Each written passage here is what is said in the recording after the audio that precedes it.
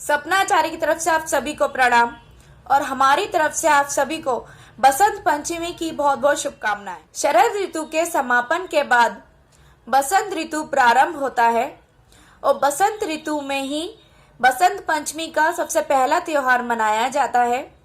बसंत पंचमी का त्योहार माँ सरस्वती के जन्म दिवस के रूप में मनाया जाता है, इसलिए इस दिन माँ सरस्वती की पूजा जरूर करी जाती है। खास करके बसंत पंचमी की पूजा बच्चों के लिए और कॉम्पिटिशन्स में, प्रतियोगिताओं में भाग लेने वाले बच्चों के लिए बहुत महत्वपूर्ण मानी जाती है, क्योंकि आज के दिन सरस्वती माँ की पूजा करी जाती है और सरस्वती माँ विद्या की देवी हैं, ज्ञान की देवी हैं। इसलिए आज के दिन बच्चों के लिए आज का दिन बहुत खास होता है। इस दिन बच्चों को पूजा करनी चाहिए सरस्वती माँ की, तो उनके लिए बहुत ही वो पूजाएं फलदायी होती हैं। तो आज हम आपको बताएंगे कि सरस्वती माँ की पूजा बच्चों को किस प्रकार करनी चाहिए कि उनके लिए बहुत महत्वपूर्ण हो ये आज का दिन और उनके ऊपर विद्या का आशीर्वाद हो, सरस्वती माँ का आशीर्वाद उन्हें प्राप्त हो, उनकी बुद्धि सही रास्ते पर जाए, उचित माध्यम और घर परिवार में सकारात्मक ऊर्जा का विस्तार हो। तो अब हम आपको बताएंगे कि हमें सरस्वती माँ की पूजा वसंत पंचमी वाले दिन किस प्रकार करनी चाहिए या अपने संतान से, अपने बच्चों से किस प्रकार करवानी चाहिए। पहला उपाय, अगर बच्चे की कुंडली में बुध कमजोर है या बच्चे की नहीं, किसी भी व्यक्ति की कुंडली में अगर बुध कमजोर है तो उस व्यक्ति का मन पढ़ाई में नहीं लगेगा और दिमाग दिन प्रतिदिन कमजोर होता चलेगा, याददाश्त कमजोर होती चली जाएगी, वाक पटुता भी उसकी अच्छी नहीं होगी। तो अब हम आपको बताते हैं कि उन्हें सरस्वती माँ की पूजा करनी चाहिए और सरस्वती माँ के चरणों में हरे रंग के फल का अर्पण करना चाहिए, हरे रंग के फलों का भोग लगाना चाहिए सरस्वती माँ को और पीले चावलों का भोग लगाना चाहिए आज के दिन। दूसरा उपाय, अगर आपके बच्चे प्रतियोगिता में भाग लेने जा रहे हैं तो आपको अपने बच्चों के द्वारा किसी ब्राह्मण को वेद शास्त्र के दान करवाना चाहिए, वेद शास्त्र की किताबें दान करवानी चाहिए।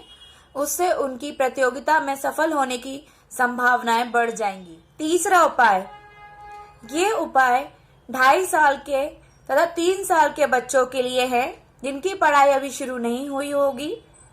तो उनके द्वारा आपको क्या करना है, चांदी की कलम या अनार की लकड़ी की कलम से बच्चे की जीभ पर ओम लिखना है, जिससे बच्चे की कुशाग्रता बहुत अधिक बढ़ जाएगी और बच्चे जल्दी बोलना सीखेंगे तथा समझदार बनेंगे। चौथा उपाय, सरस्वती माँ की पूजा करने के उपरांत 6 मुखी रुद्राक्ष की माला को धारण करें, उससे आपकी कुशाग्रता, बच्चे की कुशाग्रता बढ़ेगी। 5वां उपाय, सरस्वती माँ की पूजा के उपरांत 11 पत्ते तुलसी के लें और मिश्री लें तथा इसे आप 11 पत्तों को, जो तुलसी के पत्ते हैं, उन्हें गटक जाए, उन्हें बिल्कुल भी चबाना नहीं है।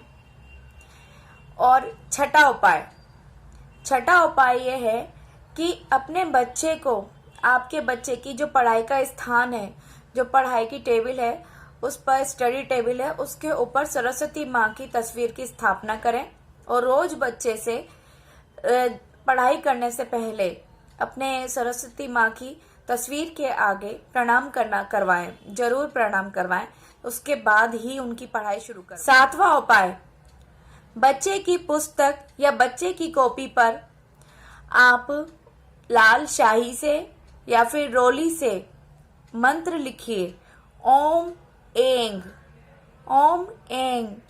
ये मंत्र सरस्वती माँ का मंत्र है। इसको लिखने से आपके बच्चे की एकाग्रता बढ़ेगी, वो पढ़ाई पे पूरी तरह से। अब हम आपको 8वें और अंतिम उपाय में बताएंगे कुछ जरूरी बातें बसंत पंचमी के दिन की, जो करनी ही चाहिए।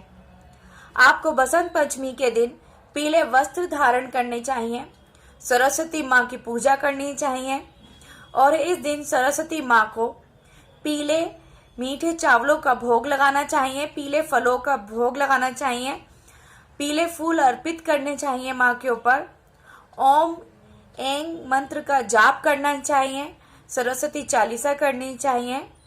और हाँ, ज़रूरतमंद बच्चों को किताबें, स्टडी करने का जो भी सामान होता है, किताबें, पेन, पेंसिल, आपको दान करनी चाहिए, अपने बच्चों से भी करवानी चाहिए। इससे बच्चों को अच्छी शिक्षा भी मिलती है और उन्हें समझ में भी आता है इसकी कितनी ज़रूरत होती है सबको। तो अगर आपको हमारे द्वारा बताए गए ये उपाय, हमारे द्वारा बनाई गई ये वीडियो अच्छी लगी हो तो कृपया करके हमारी वीडियो को आप लाइक करें, शेयर करें और हमारे चैनल को सब्सक्राइब करना ना भूलें। धन्यवाद।